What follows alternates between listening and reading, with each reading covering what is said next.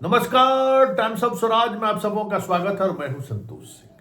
और आज हम टाइम्स ऑफ स्वराज में बात पीटी परीक्षा रद्द कराने को लेकर जो सड़क से लेकर सदन तक और सदन से लेकर कोर्ट तक जो लड़ाई छात्र लड़ रहे हैं उस संदर्भ में करने जा रहे हैं।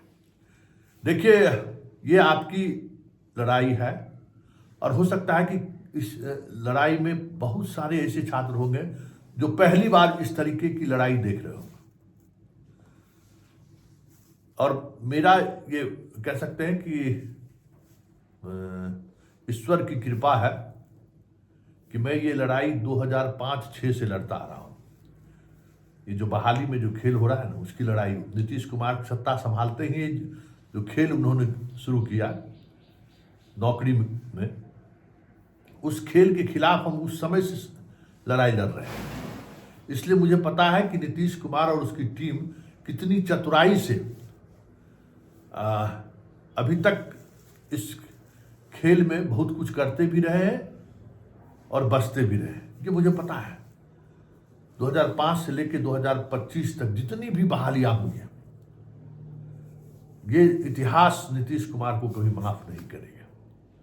हर बहाली में बड़े स्तर पर खेल हुआ है और ये कहने की जरूरत नहीं है। हर बहाली में जो खेल हुआ है उस खेल को लेकर चीजें चल भी रही हैं। हाँ, जो नीतीश के साथ खड़े हुए वो आज जेल के बाहर हैं। जिन्होंने नीतीश के साथ खड़े होने का स्वीकार नहीं किया वो जेल में भी गए। होम सेक्रेटरी, पुराने होम सेक्रेटरी, और सिंघल भाग गया बिहार छोड़कर। तो ये सब भी देखें। इसलिए हम कहें ना कि संजय की तरह 2005 से बिहार में परीक्षा के नाम पर क्या खेल हो रहा है, बहाली के नाम पर क्या खेल हो रहा है, देख रहे हैं। और यहाँ की जो 14 करोड़ धृतराष्ट्र जनता है ना, उसको हम सुनाते रहते कि कभी उसका ईमान जग जाए।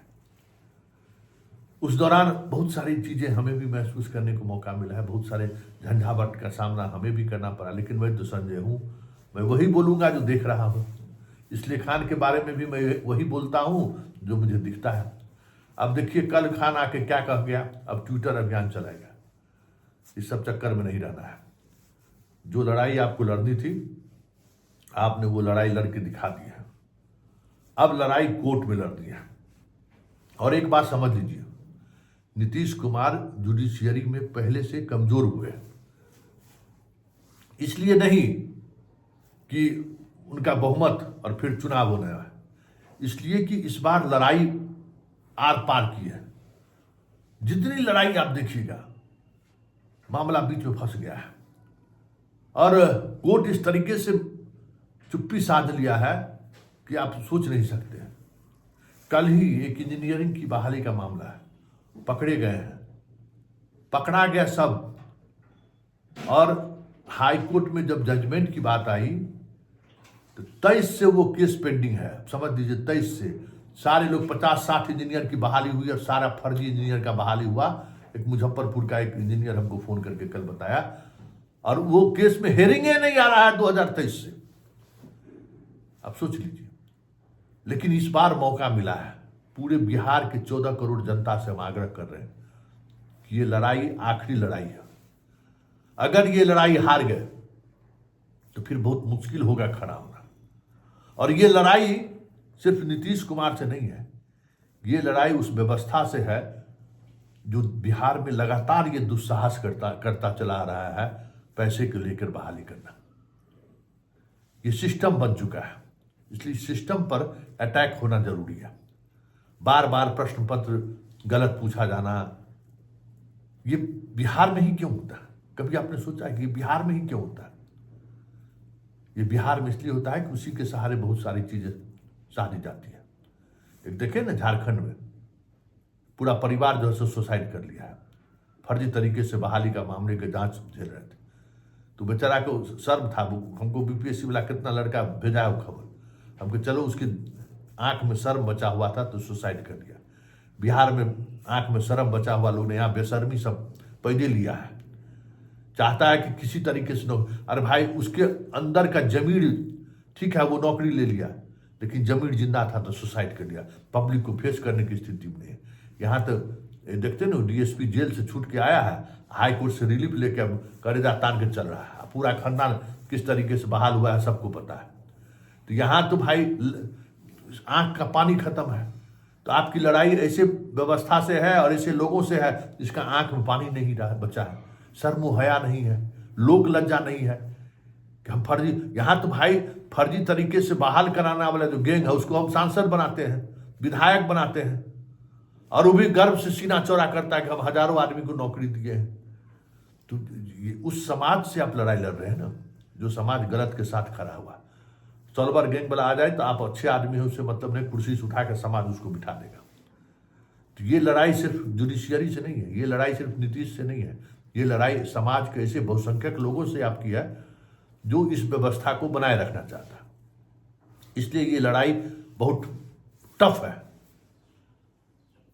खान भी उसी का हिस्सा है, जो हम बार बार करते हैं, खान भी उसी का हिस्सा है, उसी सोसाइटी का, जो सोसाइटी चाहता है कि गलत तरीके से बहालियां हो, सब कुछ 10-20% जेन्युइन हो जाए, बाकी सब सीट बीएच देना है, उसी का हिस्सा वो भी है, इसलिए वो लड़ना नहीं चाहता है।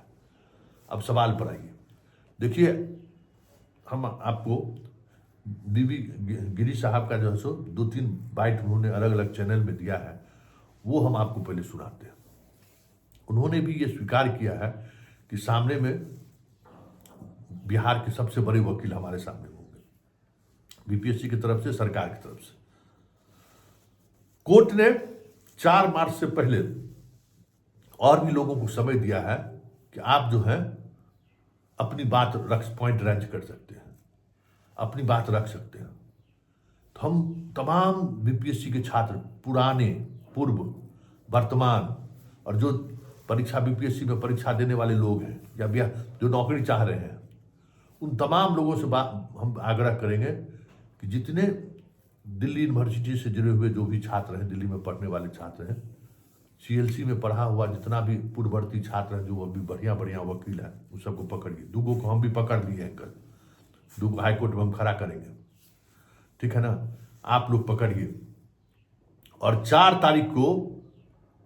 तारीख को इतना वकील खड़ा कर दीजिए पटना हाईकोर्ट में कि पीके शाही और इनको जो है किशोर जी को समझ में आ जाए कि ये लड़ाई आसान नहीं है। इतना वकील, एक एक पॉइंट पर अलग अलग वकील खड़ा करिए और आग्रह आरजू विनती करिए कि भाई बहुत पैसा कमाए हो, बहुत कुछ फीस सब कुछ लेते रहे हो, एक बिहार के बदलाव के लिए एक लड़ाई लड़ लीजिए। वो एक लड़ाई लड़ लीजिए बिहार के बदलाव के लिए। देखिए सिस्टम में अगर एक बार कठोर निर्णय दे दिया हाई कोर्ट, तो फिर ये सरकार का, किसी सरकार का साहस नहीं होगा। लालू के समय में बीपीएससी चेयरमैन जेल गया था ना, क्या क्या हुआ था।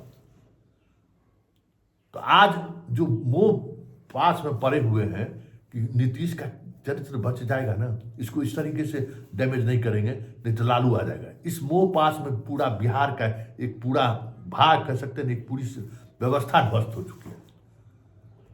विकास, डेवलपमेंट अपने जगह पर है, लेकिन बिहार जहां रोजगार के नाम पर एकमात्र नौकरी है, उस नौकरी में जो खेल हुआ है 2005 से लेकर अभी तक में, उसका अंदाजा आपको शायद नहीं है। जांच हो जाए ना तो सारे के सारे चेयरमैन जेल में होंगे, हम दावे के साथ कहते हैं, सारे के सारे चेयरमैन जेल में होंगे अगर कॉपी की जांच हो जाए तो।